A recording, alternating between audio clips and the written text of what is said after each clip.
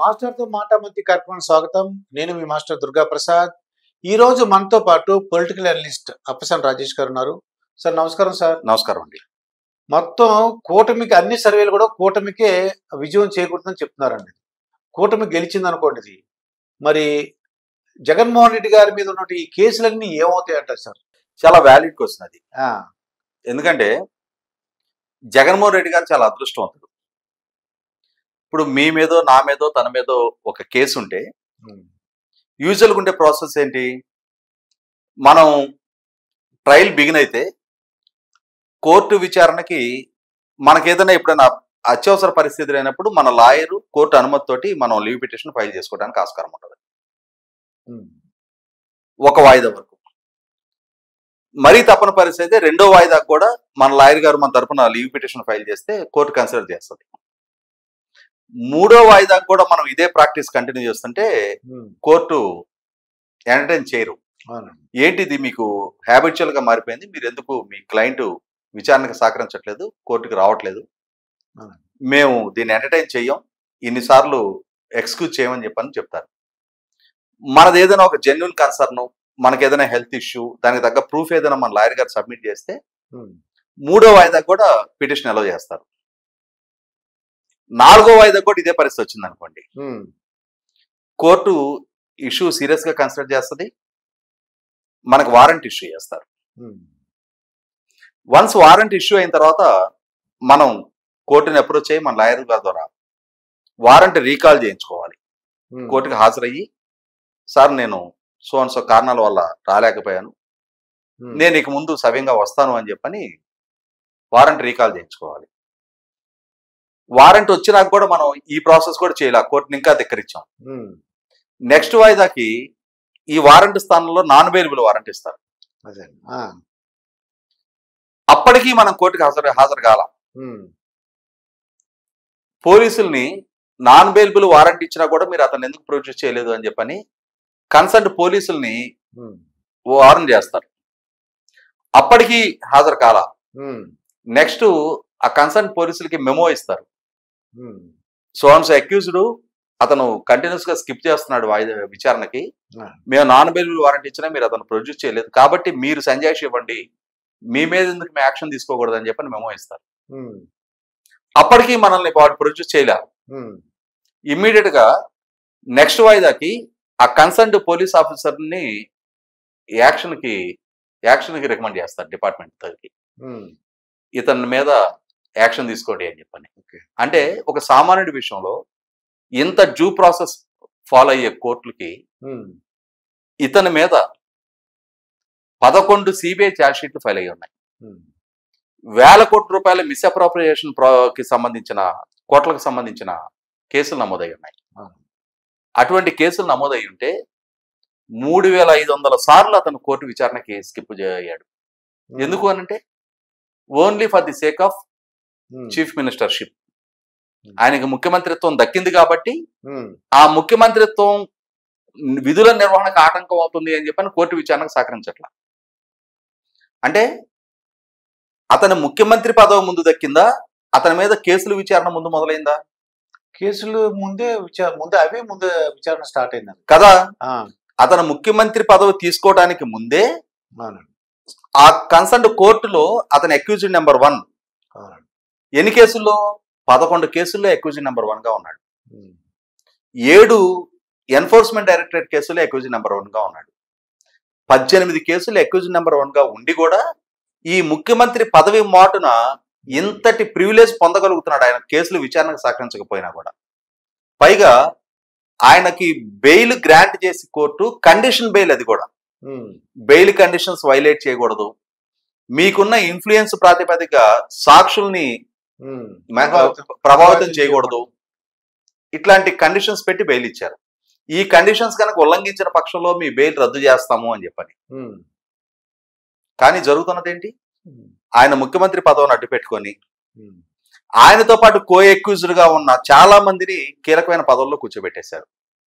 ధర్మాన ప్రసాదరావు గారు ఆయనతో కో అక్యూజ్డ్, మోపిదేవి వెంకటరమణ గారు ఆయనతో కో అక్యూజ్డ్, అధికారులు చాలా మంది ఇంక్లూడింగ్ శ్రీలక్ష్మి ఆయనతో కో అక్యూజ్డ్, వీళ్ళందరినీ తీసుకొచ్చి ఎమినెంట్ పోస్టులో కూర్చోబెట్టేశారు. అంటే ఆ రోజు తనతో పాటు కో అక్యూజ్డ్ గా ఉన్నాడని ఈ రోజు తనకు దక్కిన అధికారం ఉపయోగపెట్టి వాళ్ళందరినీ ఎంటర్టైన్ చేస్తా ఉన్నాడు.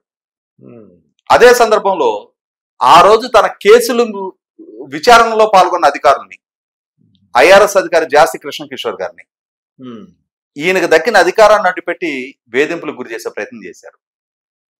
Clear case of violation of bail conditions. ఆయన బెయిల్ రద్దు అవ్వలేదు.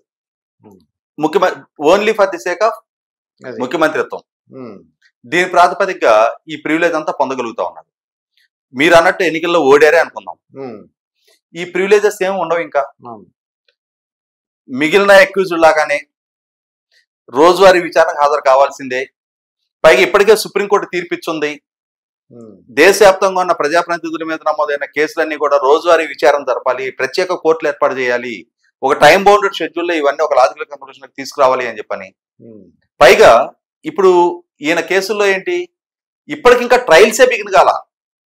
ట్రయల్ బిగిన్ కాకుండానే ట్రయల్ కోర్టులో క్వాష్ పిటిషన్స్ కానీ డిశ్చార్జ్ పిటిషన్లు కానీ 130 పిటిషన్లు పెండింగ్ ఉన్నాయి.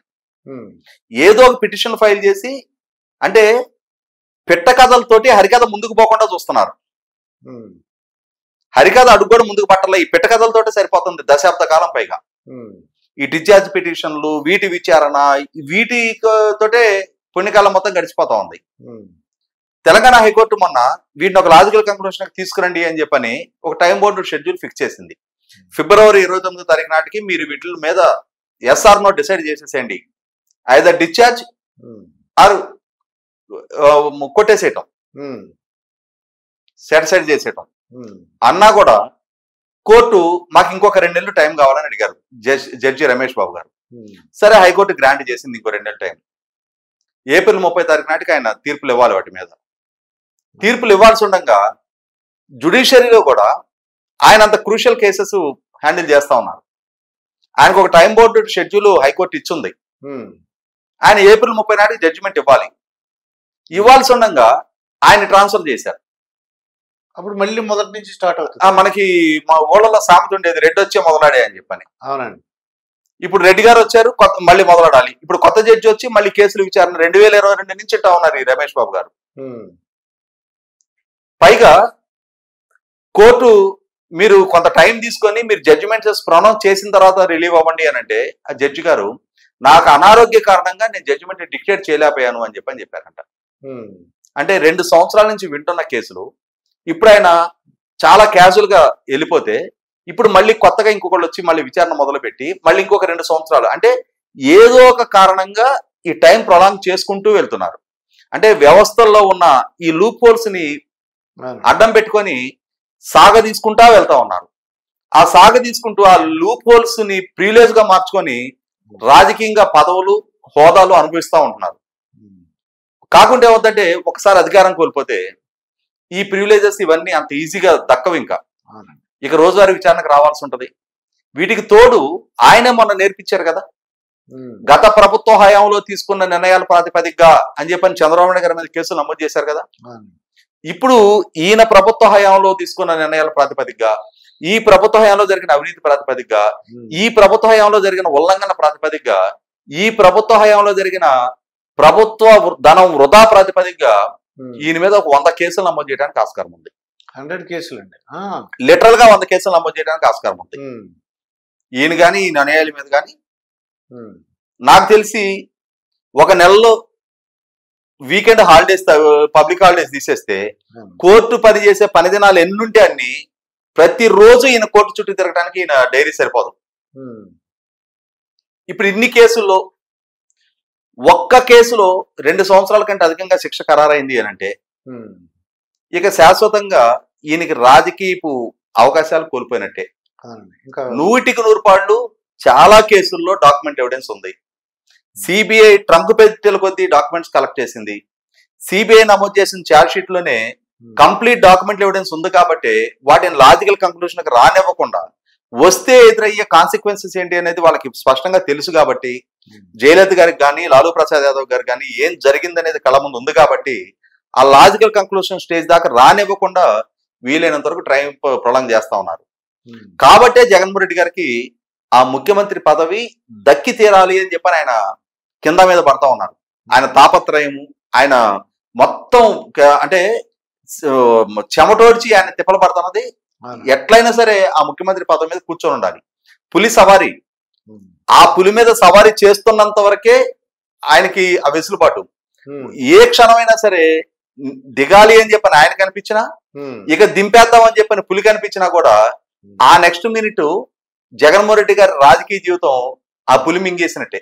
ఓకే, ఇదండి అప్పసాని రాజేష్ గారితో జరిగిన ఇంటర్వ్యూ. మరొక ఇంటర్వ్యూతో మీ ముందుంటాను. మీ మాస్టర్ దుర్గా ప్రసాద్.